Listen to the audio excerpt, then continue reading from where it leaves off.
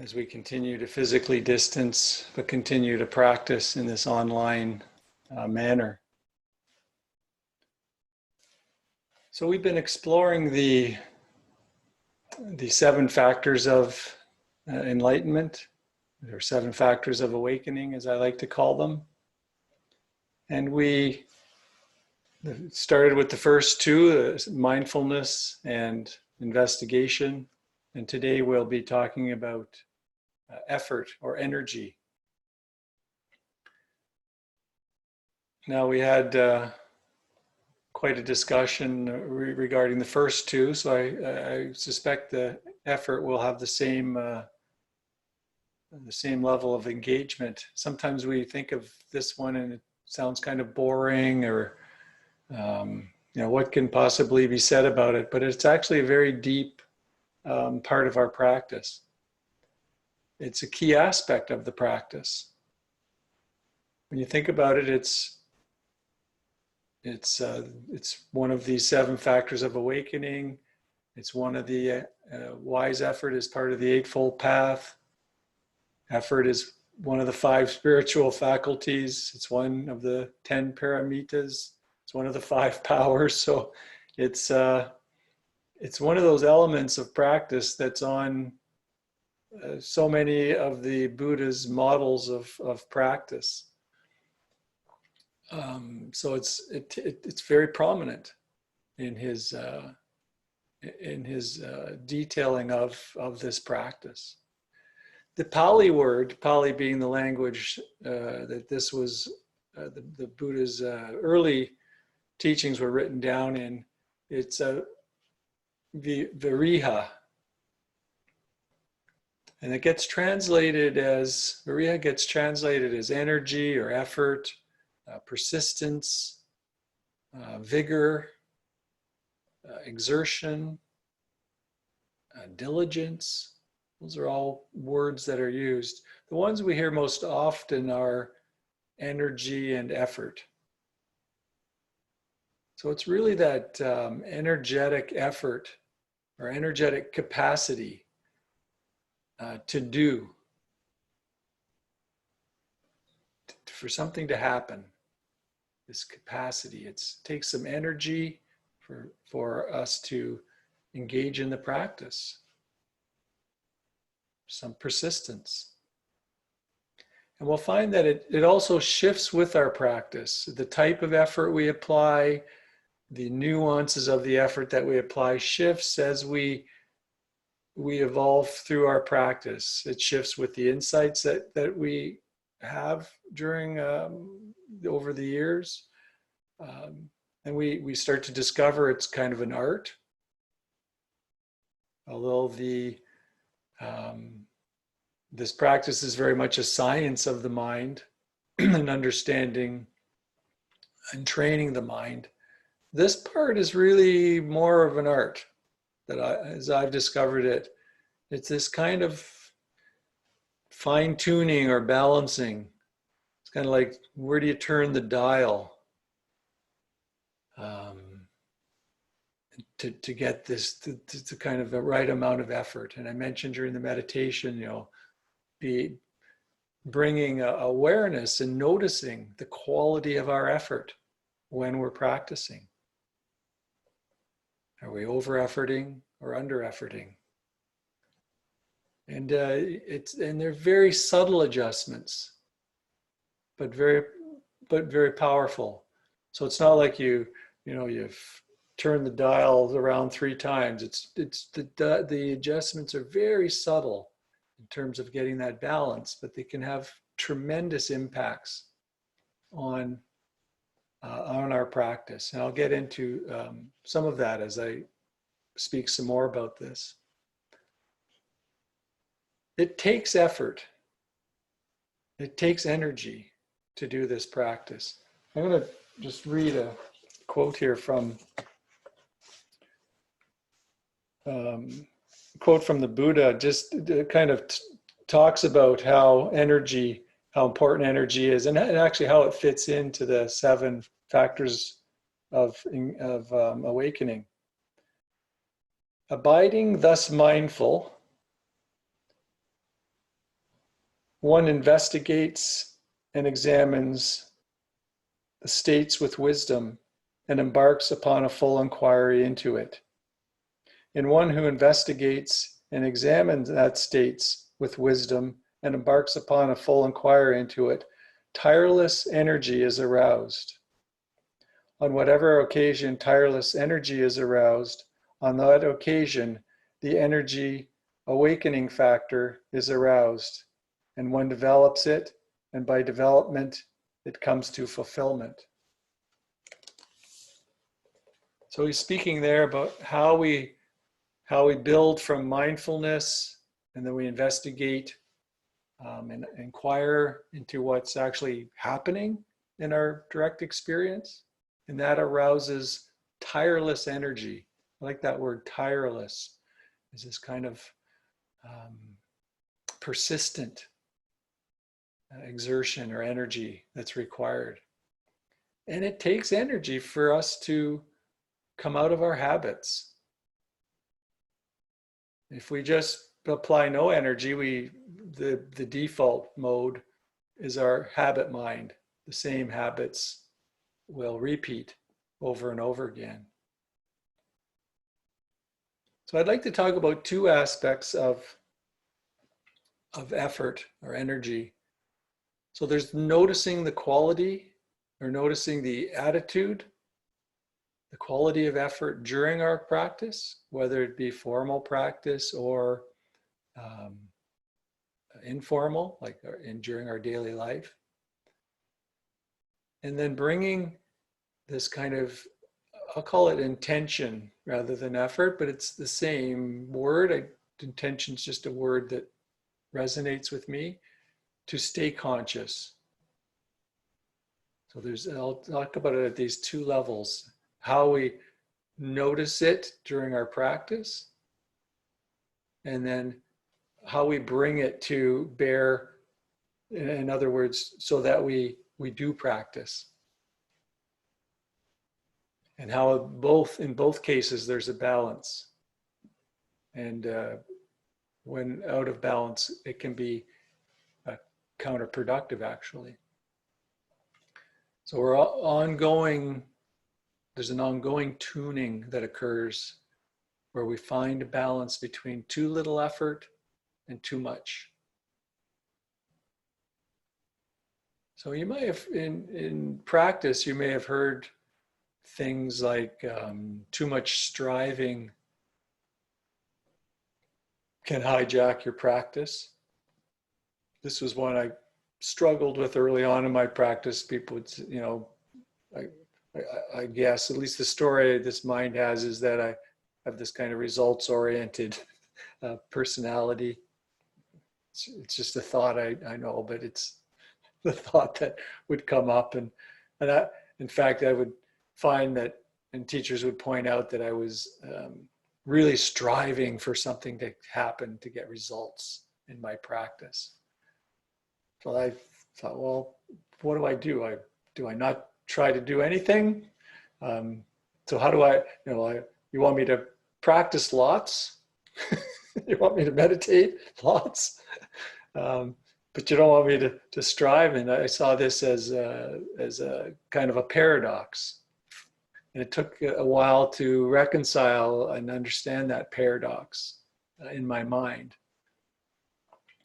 And really started to see how attachment to outcome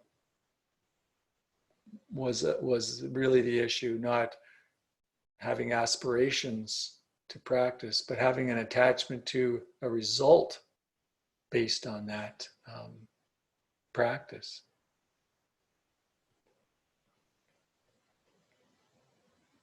And kind of a realization too that how could striving and struggle result in ease and peace?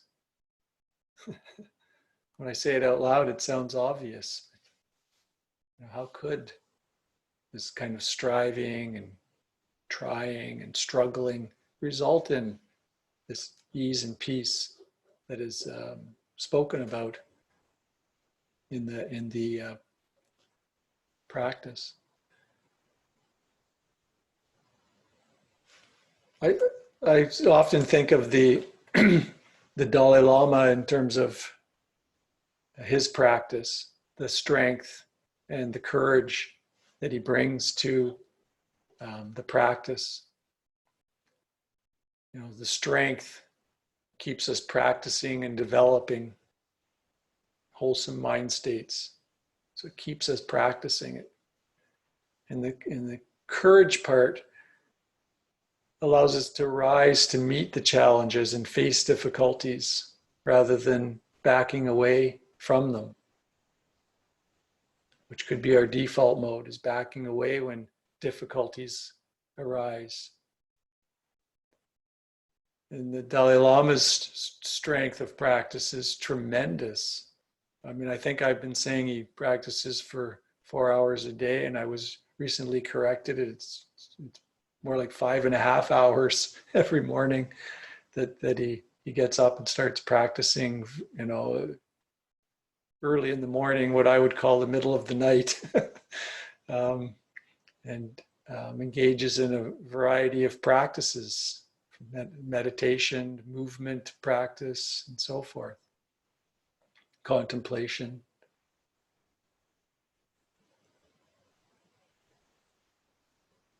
So we're balancing this quality of effort. So in a way, we're making effort another object of meditation. When I said noticing the quality of effort, you're noticing the breath as you're practicing, as we were practicing. But then you can notice the type of effort, the quality of the effort that you're bringing to the noticing of the breath. And when it's balanced, it allows us to kind of play at that edge of our comfort zone. We have the courage to approach that edge of our comfort zone, and we bring enough energy so that we can continue to practice.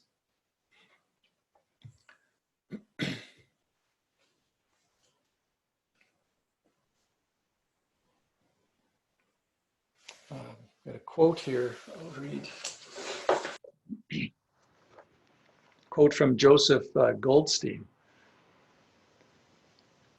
We have to pay attention to how we're applying this quality of ariha in the moment. If we're too tight, we need to relax, we need to soften, we need to open up.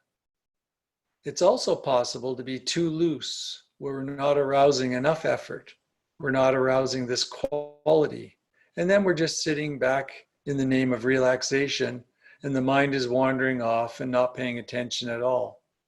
That's when we need to tighten the strings a little bit.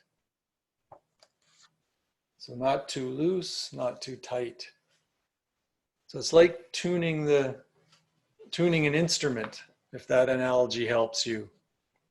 There's a dialogue with Sona, one of the followers of the Buddha, and he was asking about effort. And he said, when the strings of your instrument are too tight, is it in tune and playable? He says, no. When the strings of your instrument are too loose, is it in tune and playable? And he says, no. And what do you think when the strings of your instrument are neither too tight nor too loose, but tuned to be right on pitch? Is it in tune and playable? The answer is yes. In the same way, Sona, over-aroused effort leads to restlessness. Overly slack effort leads to laziness. Thus, you should determine the right pitch for your effort. Attune the pitch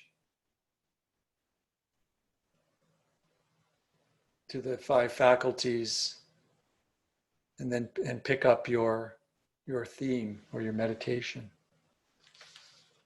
So really finding this balance like you would tune an instrument.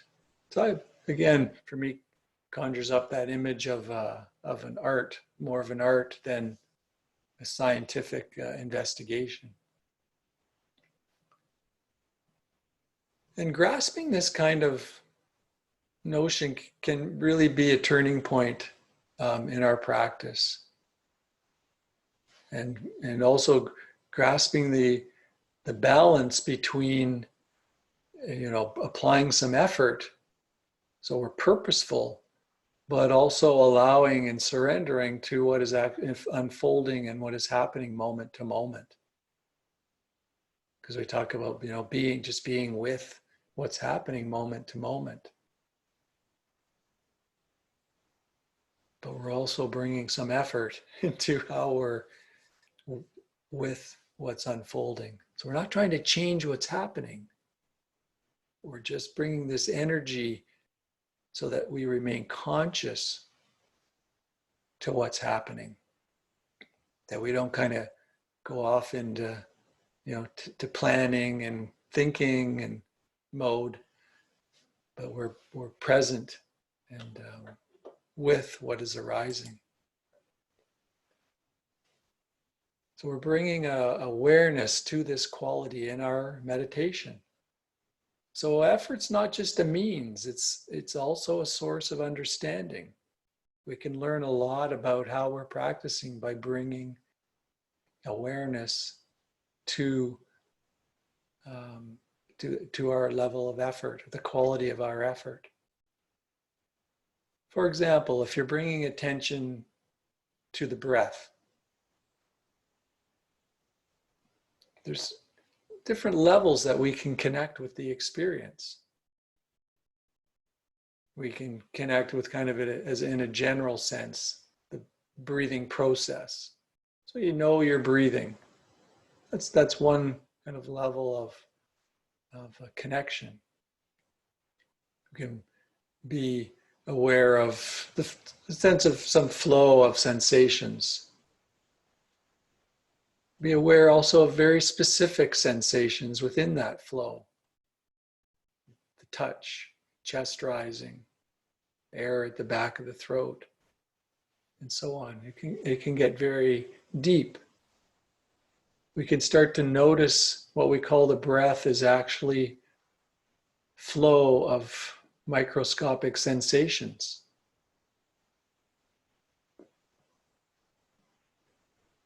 So it's a very deep presence with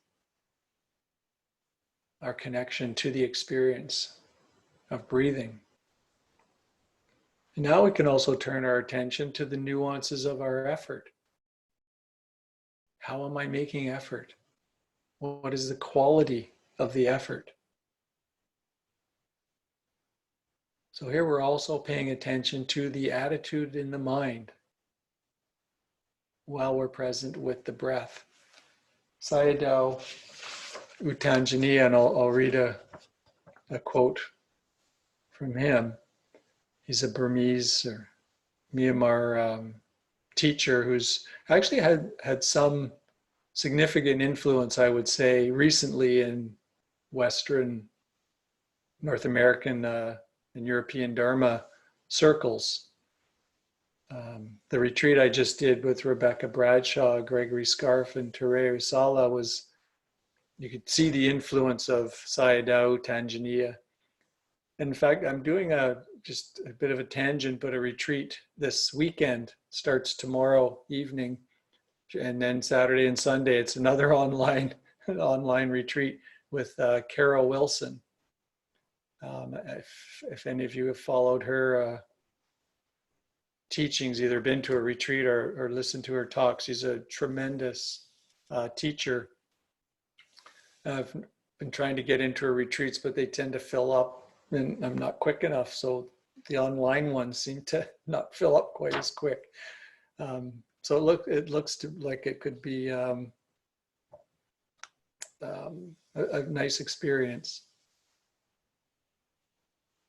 So it's a two days really, Saturday and Sunday. Well, here's Sayadaw Tejaniya's quote. You do not need strong effort to be mindful. When we are present, we become aware of what is arising. Simply remind yourself to be in the present moment. Simply reminding yourself to be in the present moment is all the effort you need. You do not need strong effort to be mindful. When we are present, we become aware of what is arising. Simply reminding yourself to be in the present moment is all the effort you need.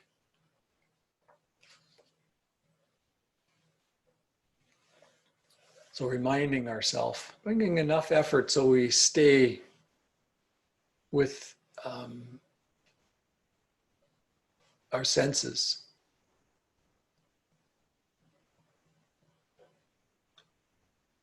Perhaps noticing if we're trying to control what's arising.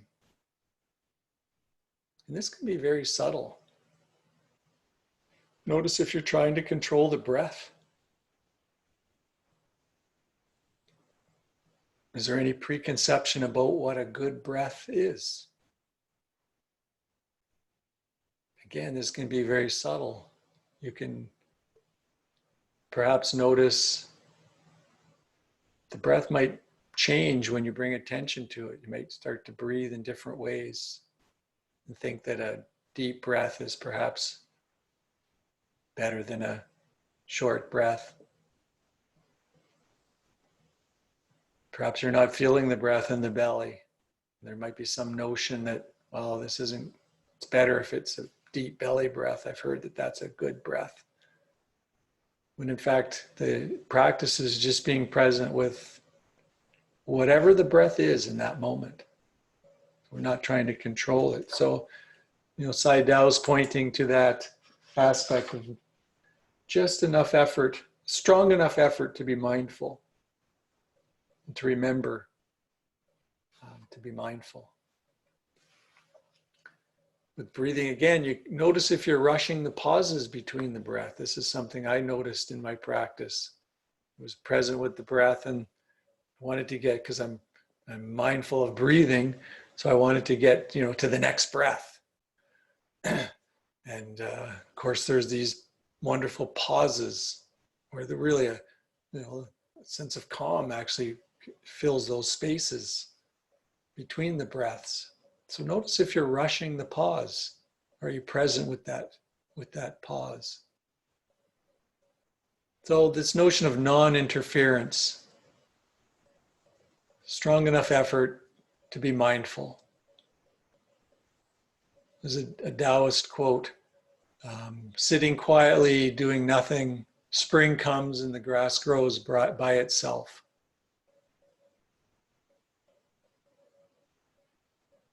Well, it's kind of it can be our approach to the practice. Just sitting quietly, doing nothing, and nature unfolds all by itself. You don't need to do anything for nature to unfold naturally. So that's the applying effort to our practice, finding that balance. Next, we can look at our intention. I mentioned that briefly in the meditation as well. To stay on one breath, or perhaps one in-breath. So not setting the intention to be present with the breath for 40 minutes or an hour. As we know, if we've been practicing for any length of time, really, that's not realistic. The mind will wander again and again. And of course, the practice is to begin anew, to start over and bring awareness to the next in-breath or out-breath. So can we look at our intention, our effort, just to stay with this one in-breath or out-breath or breath, this next, enough effort to stay with this one, and then that one, then the next one. That's this kind of just strong enough mindfulness. Sai Dao Tanjaniya would, I think, put it that way as well. Just enough strong enough effort to be mindful for this breath and this breath. So not an entire sitting.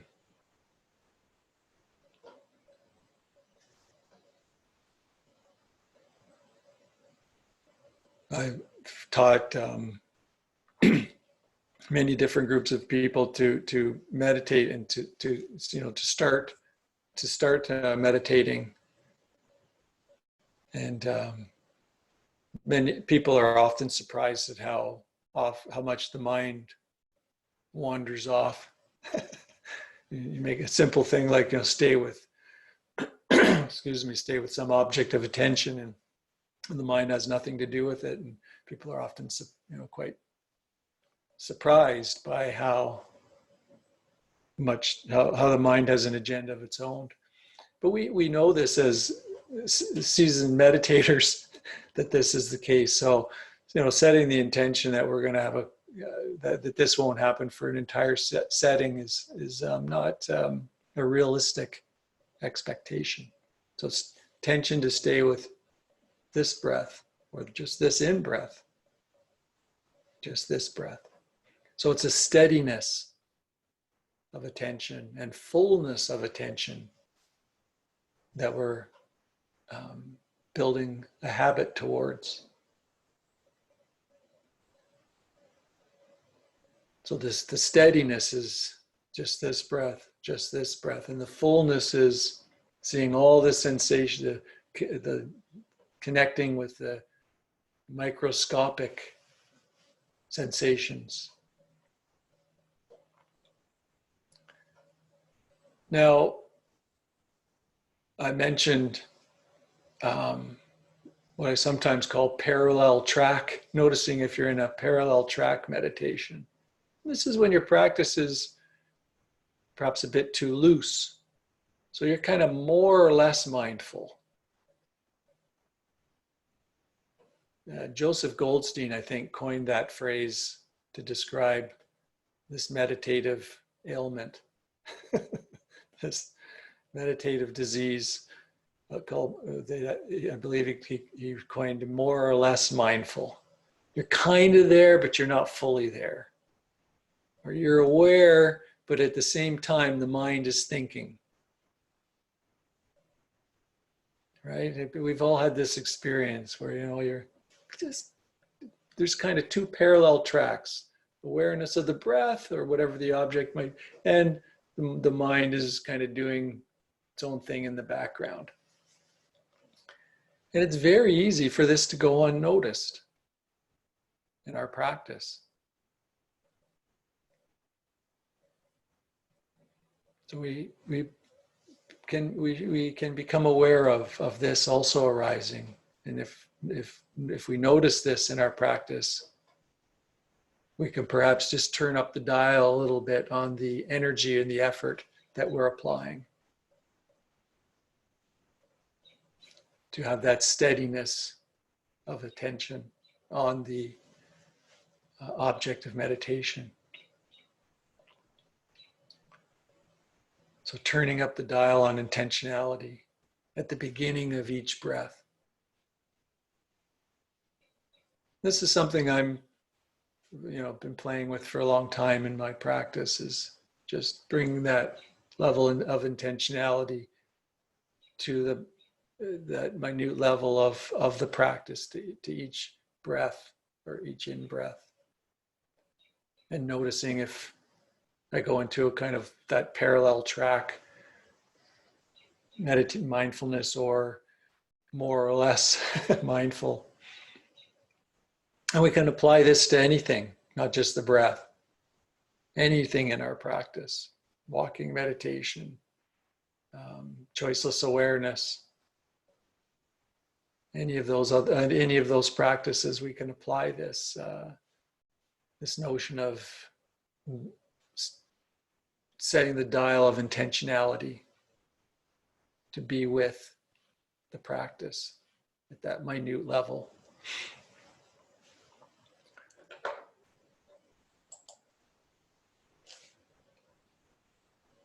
In walking meditation, for example, there's a difference between knowing that we are walking and seeing the precise and full sensations of walking.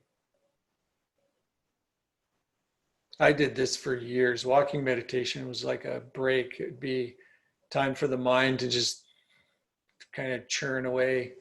And I'd be, and foot raising, foot falling down, foot raising, foot falling down. The mind's just, thinking about this and that, and how the sitting just went, and how long till lunch, and, if I'm on retreat, and just all these, there's definitely two parallel tracks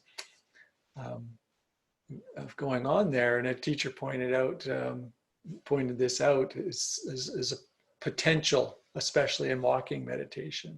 And it's where I first kind of noticed this, that this can happen. So we're bringing this steady attention to, and a deep attention, which of course requires effort and energy. There's a story that goes around in the Insight Meditation Society of when U Pandita, another Burmese teacher, used to come there in the 80s. It goes back that far, and he was known as a very direct teacher. And I think it was Sharon Salzberg that reported that she'd go and see him, and all he'd say was, "What did you notice while you were brushing your teeth?" She'd go, "Oh, I don't know. I guess I wasn't really aware." So next, she'd leave, and for the whole next day, she'd be, aware of every minute sensation and be fully present for every moment while she was brushing her teeth. And she'd kind of have a description ready for U Pandita, and she'd go in and she'd sit down. He'd say, "What did you notice while you were combing your hair?" She'd go, "Oh, damn, I thought you were going to ask me about brushing my teeth. I don't know. I wasn't aware of brushing." So then she'd do brushing her hair and brushing her teeth. She'd be aware of every minute thing that, was happening. And of course, where this story's going. She'd sit down and, what were you aware of while you were, eating your lunch or whatever. And she got the message. Continuous mindfulness, continuous presence. And it's amazing how powerful this can be. U Pandita points to that in the quote, being reminding ourselves to be mindful. Well, this takes some effort. And it's a gentle effort. We have to relax into it. Be really aware of over-efforting. Again, it's an art of balancing, and a very subtle balancing. You think of turning the dial ever so slightly to either just a little more effort, a little more energy, or a little less. Hopefully that metaphor gets you the idea of that, just subtle adjustments. And you kind of play around with it and see what works. Another kind of efforting that I can talk about here to finish up is this efforting to wanting something to happen in our practice. This can really get in the way and be counterproductive. So this kind of striving to be enlightened or wanting to be, more compassionate, or wanting to be wiser or calmer or more peaceful, or, whatever, whatever the mind conjures up. It can become a kind of over-efforting. We can be attached to some goal. And then we can judge ourselves to some standard that, along that goal. And this can be very counterproductive. Now, I'm not saying we abandon the notions of goal or aspiration altogether. In fact, in the Buddha talks about aspirations quite often. It's not that there's a deep yearning to be kind and compassionate, wise. It's attachment to some expected outcome from a specific or from our practice. It's this again, noticing that if you're attached to some outcome, so you can aspire, you can yearn for a particular, benefit, let's say, of this practice. But notice if there's a real attachment. So, a tightness that you're holding to this practice. So you're not allowing it to unfold. There's some kind of standard that your expectation. Notice if there's an expectation. So we need aspiration to be mindful. We set the intention to put some effort to be mindful. Maybe there's an analogy of climbing a mountain. So you have the aspiration to get to the top. But if you're just focused on the top and attached to getting to the top, you'll miss the whole journey. So the practice is really to be aware of the path as we walk. So the aspiration is still there. It's held lightly as opposed to attached or identified with. It's held lightly, but we're aware of the journey as opposed to being attached to some outcome.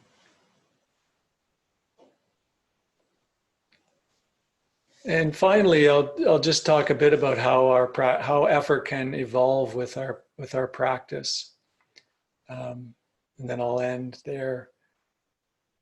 You could really talk about kind of willful effort and wise effort. Now, willful effort is kind of the self getting involved, self-improvement to change something.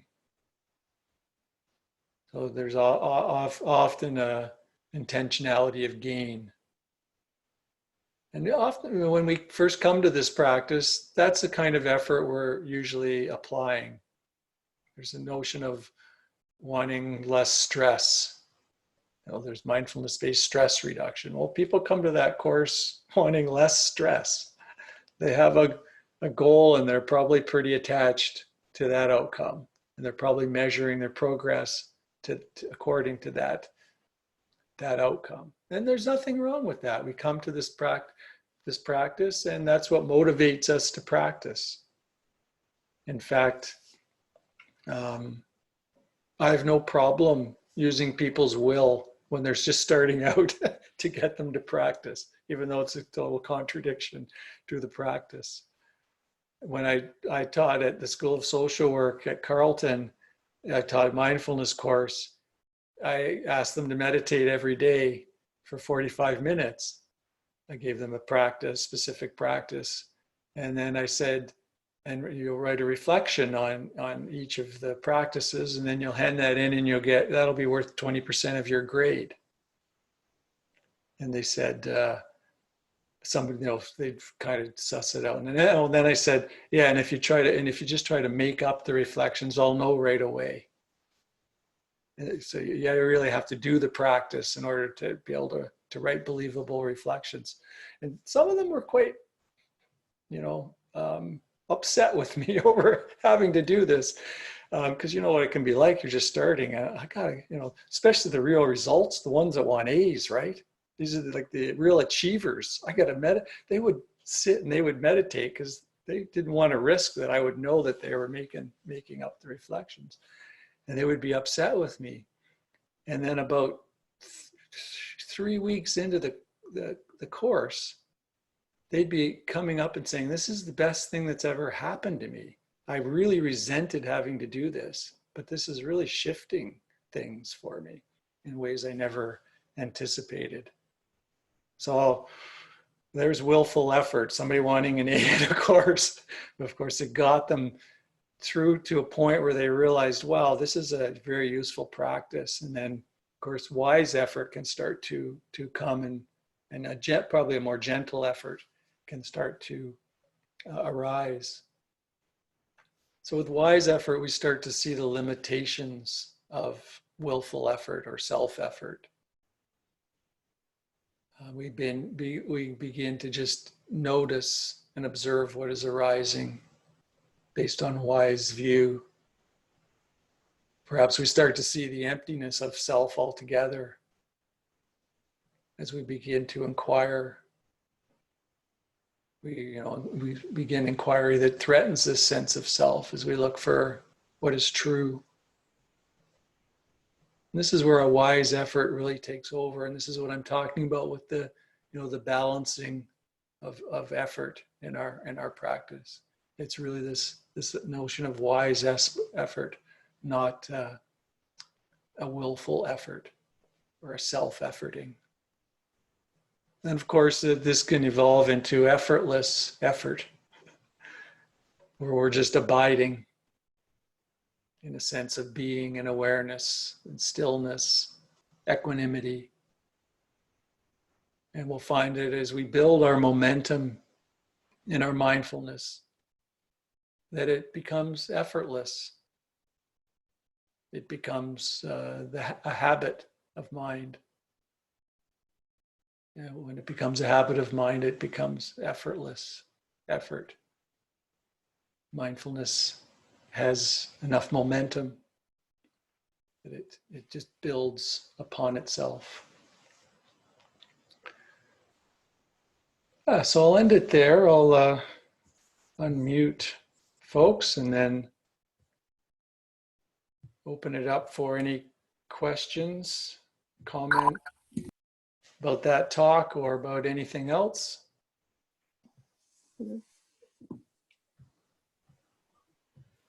Yeah.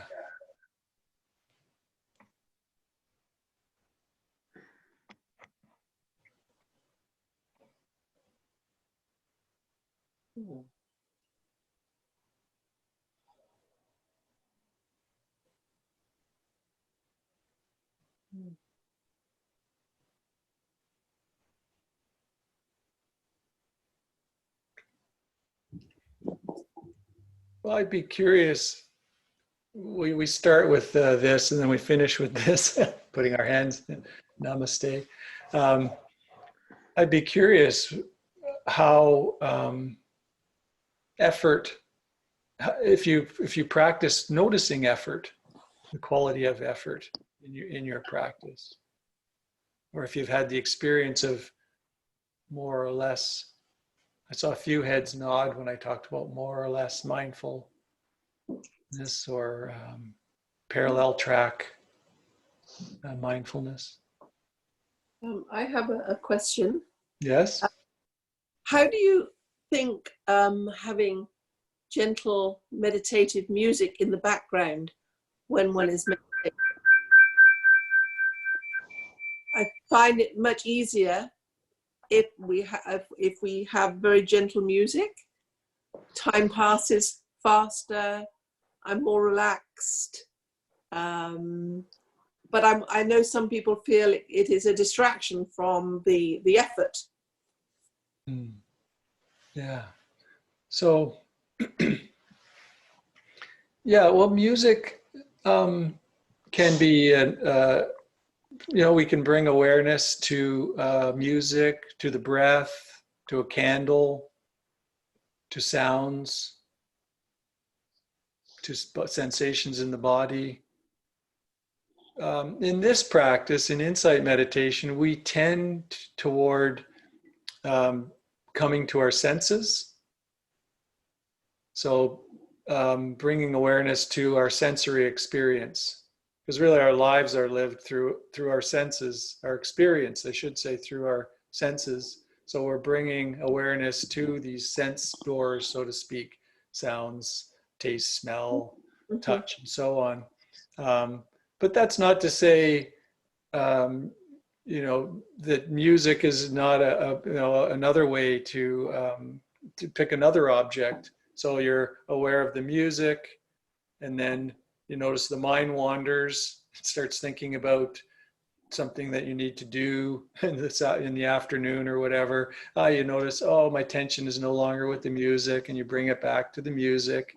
And that's why you feel that calming and peaceful effect, because the mind is settling and it's present with music. Really, it's sound. It's a sound meditation, because you're not really thinking about the music. You're just being present with the sounds that are being produced with the music. So if you can be present in that way, then music can be a very effective meditation. And if you enjoy it, why not?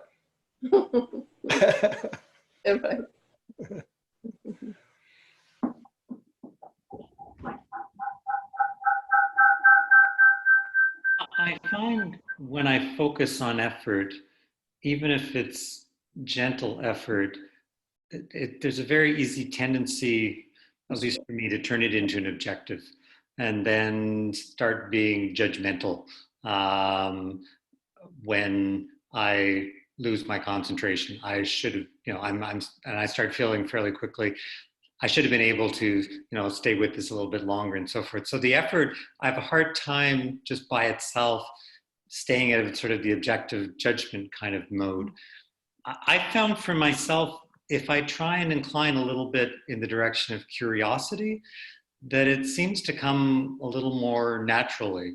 The curiosity, if I'm focusing it on sensations and on, say, what is this awareness or what's here, it seems a little more playful, and I don't seem to have the same judgment in there. I kind of wonder if you have any thoughts about where curiosity might fit in. Is it something sort of just inherent that one might tap into? And then I have a second question. You referred to choiceless awareness, I think, and I wondered if you might talk a little bit more about what that is. Is that kind of just being in a state where one is being aware without any attempt to decide anything, do anything, or for anything to happen? So a couple of questions. Yeah, so on the first question, well, the Buddha would agree with you that curiosity arouses tireless energy. You look at that quote that I read. One who investigates and examines to full inquiry, which is what curiosity is, bring a full inquiry to what's arising, tireless energy is aroused. So that is the practice. So you found when you kind of brought in an intentional effort to it, it was over effort. So then you turn the dial back. And in fact, what you found in your practice, that just bringing curiosity, investigation, inquiry brought enough effort. That's enough effort for you. So this is very individual, right? Some people with that amount of effort, because that's a very subtle level. I mean, you're just doing the practice, and that's arousing enough energy. Some people, that's not enough energy, and they fall into sleepiness, or as the Buddha would call it, sloth and torpor. This kind of the hindrance of sleepiness. So that those folks would need to dial up the energy a little bit, dial up the effort to stay present and fully present with the object. So it's very individual. I'm glad you asked that, because that's crucial to know. It's a very individual. That's probably what I meant when I said it's more of an art than a science. I can't say, this is how you do it. You kind of play with it and say, okay, I turned up the dial. It feels tight, like I'm straining. So I'll turn it down a bit. And the very, very, again, very subtle movements. in that tuning process. But like when you tune an instrument, they're very subtle movements. You don't crank the string around 3 turns, right? It's just a very subtle little movement to get the effort, the tightness of that instrument string just right. And you can kind of look at it that way. In terms of, you know what, choiceless awareness might be a good topic for the next talk, because I spoke a lot about being aware of specific objects, the breath, sounds today. Choiceless awareness, as you alluded to, is open presence. It's just sitting and allowing whatever arises to the sense doors to be noticed, right? So you sit and you go, there's the breath, there's the sound, body sensation in the knee. Oh, there's a thought, there it goes. So you just notice the arising and passing of whatever comes into awareness to arise, and then just be. That's choiceless. So there's no choice in terms of what you're applying awareness to. You haven't said, okay, I'm going to follow the breath for this practice. It's whatever arises. You could still use the breath as an anchor. So I won't go into details because I think it would be a good talk for next week to kind of build on, because we've kind of done mindfulness, investigation or curiosity, and effort, and how those would all apply, all 3 of those would apply in open awareness, I think would be very useful. And that's the type of meditation that I practice most commonly, is choiceless awareness, or open presence.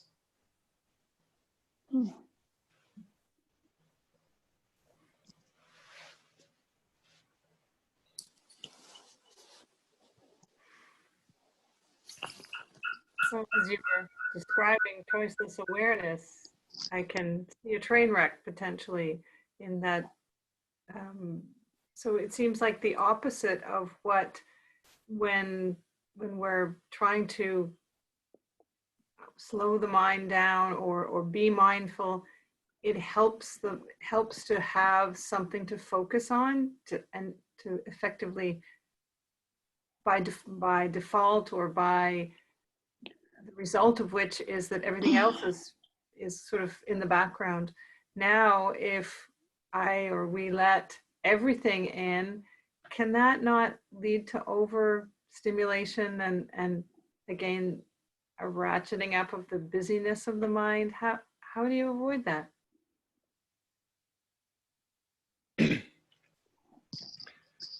I'll be really brief in how I answer that very key question, because I think we can cover it next session, and I hope you can be there, because I will give it a very brief. So a train wreck is an interesting choice of words there.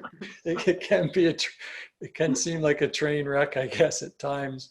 And my advice would be, if you sit down with the intention to practice choiceless awareness and it starts to feel like a train wreck, that you come back to the breath as your anchor or your home base. That is more often than not the instruction given for choiceless awareness, as the breath is always there, always present for you to bring attention to. So as coming back to the breath as that anchor or that home base, if it starts to feel like a train wreck. And by train wreck, it often means lost in thought, because you don't get lost in sounds. It tends to be, it's thoughts that you get lost in. So if you're sitting there with open presence and the mind just churning, just, corral your attention in to the breath, and then do the noticing when it wanders and come, and then you can move to open presence again and see what happens. So it can be kind of an expanding to open presence, coming back to the breath, and you may do that 2 or 3 times or more in a sitting. So just remembering that the breath is always there as an anchor.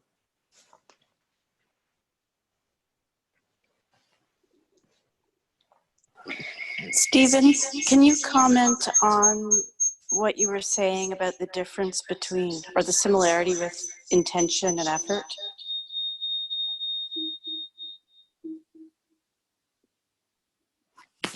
Sorry. I can tell by your face, even though you're this big, I can tell by your face that you're probably finished. Yeah. What was the question again? the The intention and effort. Oh, I've never intention, heard them right. conflated Right. before. Okay. Yeah, no, they're the same. I mean the same thing. Your intention, I guess, is a word. Because we hear often in this practice, setting the intention. It's kind of like, I'm going to be present for, I'm going to set the intention to be present with the breath for the sitting. But effort it's the same word. I mean, you're going to effort to be present. So I would say they're synonymous. It's just the word intention just resonates. They're synonymous in the context that I'm speaking of. Not always synonymous in the teachings. Yeah, so I was trying to make the point of being not setting your intention or efforting to be present, for your mind to never wander for this hour sitting, but to make it more, for one breath or one in breath even, and then then the next one. So make it smaller. The intention that we're setting, and you can see why, right? Because if you say you're going to be, I'm going to effort to be, and you intend to be present for this with the breath or whatever arises, if it's choiceless awareness for an hour, it's not going to happen. I mean, it maybe if you're at a month-long retreat and you're 3 weeks in, it's a different story. But you're sitting on, Friday morning or whatever during the week, it's not going to happen. So I set that intention to be in much smaller segments. So the effort in much smaller segments. So yeah, I would say they're, in this case, examples synonymous.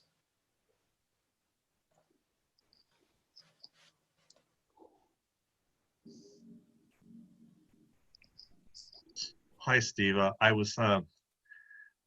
been trying to bring the practice to my everyday life, and so one of the things I do is I practice guitar, and I'm doing these modes and scales and these fingering patterns, and I try to do it mindfully, and even in those kinds of things where I have to engage my fingers and both my hands with the guitar in my lap, my mind wanders, and as soon as my mind wanders, I screw up.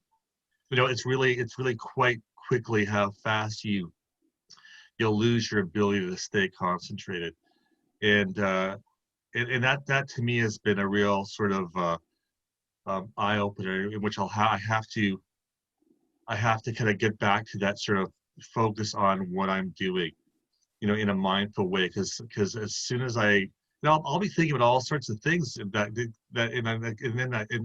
invariably there's a mistake that happens, and that's really kind of a fascinating thing for me, because I never even thought that my mind can wander when I'm in the act, in a physical act, and not just because the act of sitting and it's easy for the mind to wander.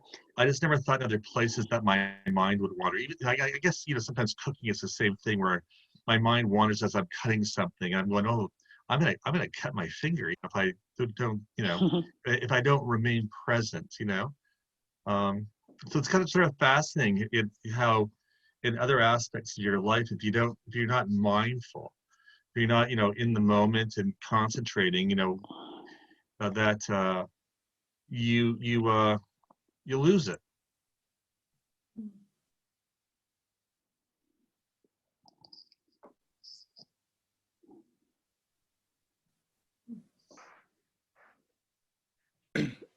I'll just say practicing this practice of mindfulness uh, when we're doing some kind of art like that, music, dance, and so forth, is very, very revealing.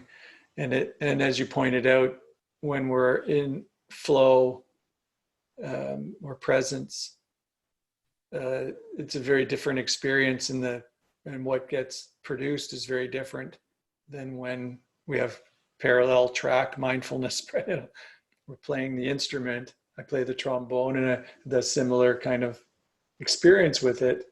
If I'm present with each note, it's very different than if I'm playing and the mind's, thinking about the Christmas concert that's coming up, or whatever it might be. Um, you know, am I better than this guy beside me, or why am I not first trombonist, or whatever it might, whatever it might be. The mind will start, the ego will start conjuring up thoughts. So it's I mean, that's what we're noticing. That is the practice. Noticing noticing the difference. Yeah, and then bringing your attention back to whatever the act of playing the instrument. For me, it's a lot of it's on the sensation of the lips on the mouthpiece, because that's in a trombone. That's what produces so much of the note. It's not just push a key and you get the note. You have to change your embouchure to get different notes. The slide does some of the work, but the embouchure does so much of it. So that's where I would bring my attention, where I do bring when I'm playing. Yeah, it's fun to play around with that kind of stuff. Dance is another one. Mindful movement, yoga, tai chi, qigong, all wonderful types of practices to bring mindfulness, intentionally, purposefully bring mindfulness to it.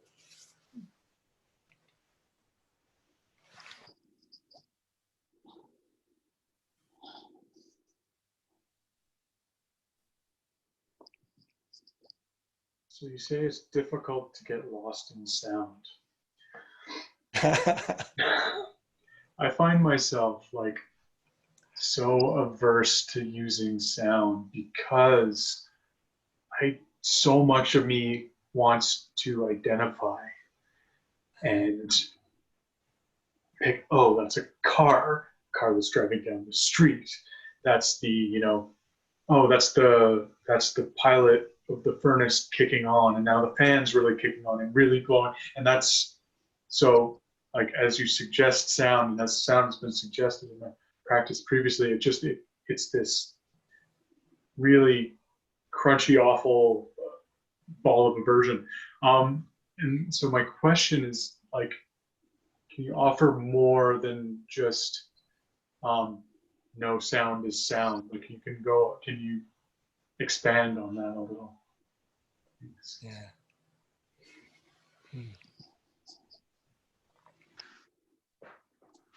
It's this notion of bringing bare attention to the sensory experience. Sound being one of the senses. So it's bare it by. So when I said sounds just as sounds, I'm pointing to that notion of bare attention, awareness without any commentary, interpretation, or decision. And what you were talking about was a lot of commentary, right? The sound, and then that's a car. I wonder what kind of sounds like this kind of car, and wouldn't it be neat to have this kind of car? So your thoughts take over, and that's fine. I mean, that's what happens. again and again with this practice. It's just noticing that and coming back. So yeah, and it's no different than when we bring attention to the breath. It's just another object or body sensations. It's just the bare attention to that sensory experience, bare of any interpretation, commentary, or decision. And when commentary, interpretation, or decision arise, notice that that's happened, and then gently but firmly bring your attention back to the bare sensory experience. Sounds just as sounds. And if you find it very challenging to practice with sounds, something fun to play with. If lots of commentary comes up, then there's lots. Oh, I use this analogy. I mean, maybe it's hokey. I don't know, but it's like building a bicep. You do curls with weights. And the more every time you do more curl, you get your bicep's going to get bigger. It's kind of like exercising the mindfulness muscle. Every time you notice that the mind's wandered and you bring it back, it's like a bicep curl. So it's not like it's a mistake or a problem. It's just like, yeah, I'm building, I'm entrenching the habit of mindfulness. Every time I do that, I'm actually physically rewiring the brain, and also patterning, social patterning in terms of a habit.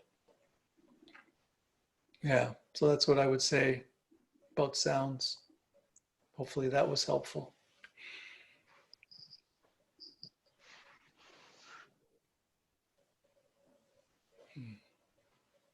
I have a question about bringing your mind back when it wanders, because I hear often like gently but firmly, and so I find during meditation the first time that my mind wanders and I'm like, okay, Danielle, it's fine, just bring it back, just bring it back. The 8th time I'm like, damn it, Danielle, come on, you got this, like bring it back. And so I'm wondering if I find my self-talk kind of varies depending on my mood or the day, if there's like a mantra or a saying or something that you can kind of remember to repeat each time that's like, again, gentle but firm and not necessarily my own like self-talk depending on my mood.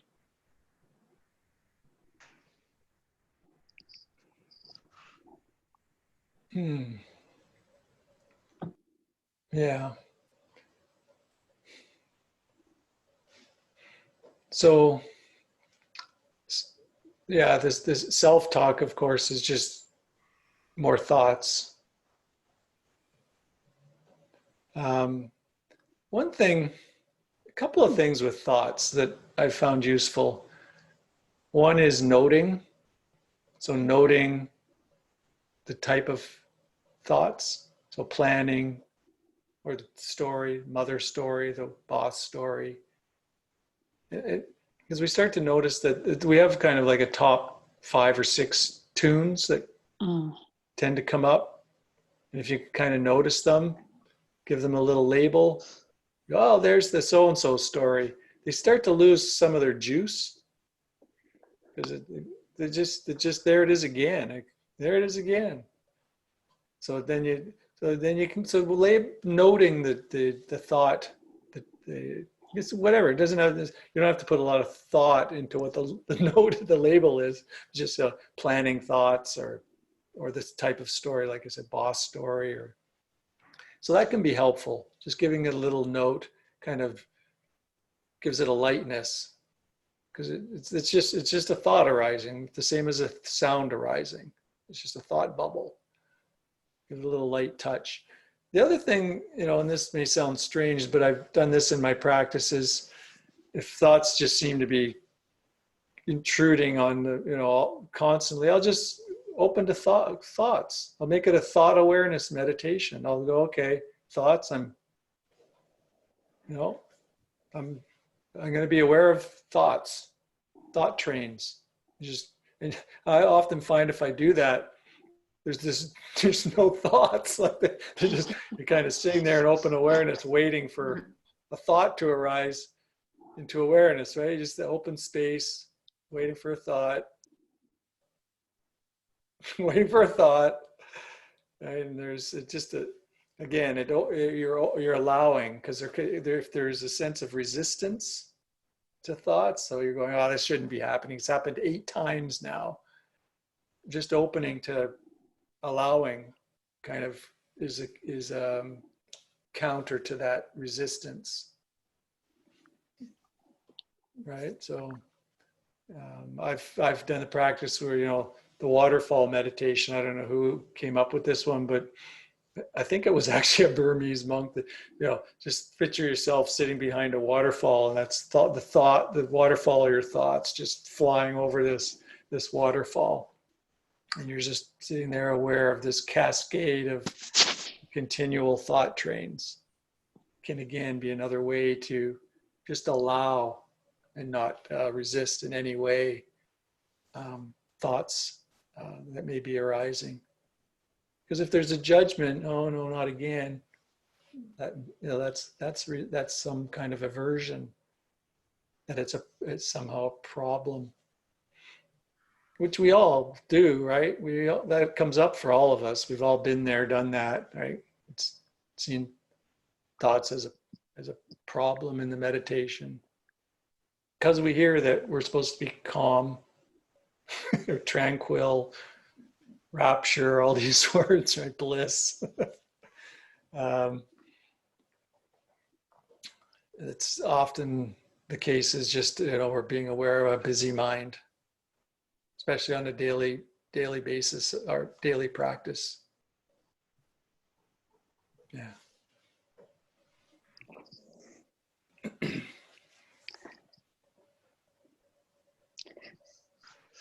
I just want to say that this discussion has been really good for me, because usually I think of the thought train as being, oh no, I've failed again, you know, another bad meditation. And just nice to see it in a totally different context.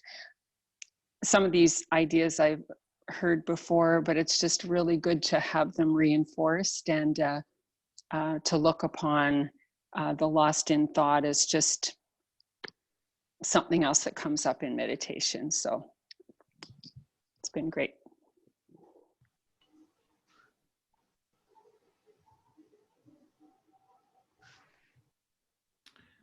I liked your question, Danielle, about you know, getting carried away with thoughts and it becomes frustrating. And I was listening to a podcast not long ago with this a Western Buddhist nun, and she was talking about how frustrated she would get sitting there trying to watch her breath and realizing that she'd been hijacked or carried away by the scruff of the neck by another thought. And then one day it just dawned on her that instead of being frustrated by the thought carrying her off, she would welcome her awareness back. So as soon as she realized that she had been carried away by a thought, she would just quietly in her mind just say, hello, awareness, welcome back. And it would give her a happy feeling inside. And she said it completely changed everything for her.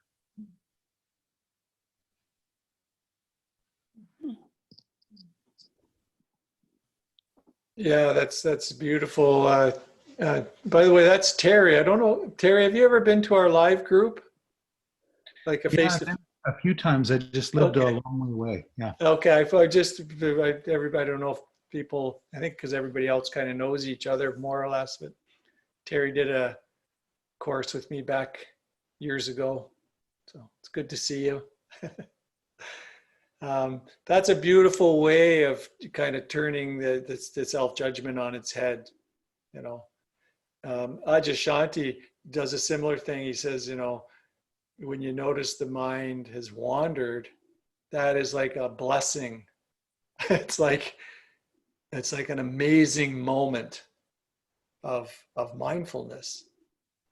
You know, like it's almost like a divine moment that awareness has just arisen to see that this has occurred, and then you can now, as you said, welcome awareness, hello awareness, welcome back. And it's a beautiful way of of addressing that. And yeah, just bringing that lightness. It also brings a lightness and joy to the practice.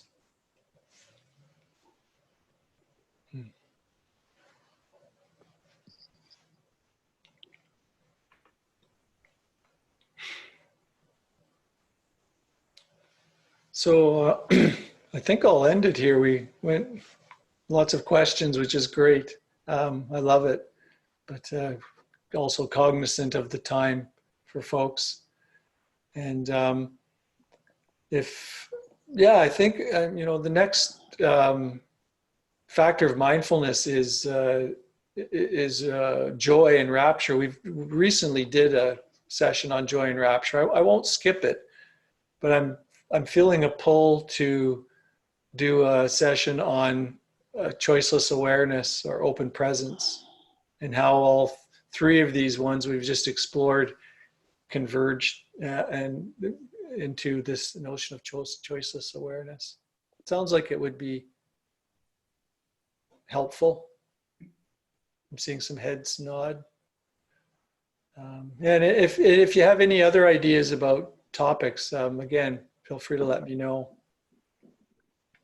We can, I think this feels like it's going to go on for a while, this online business.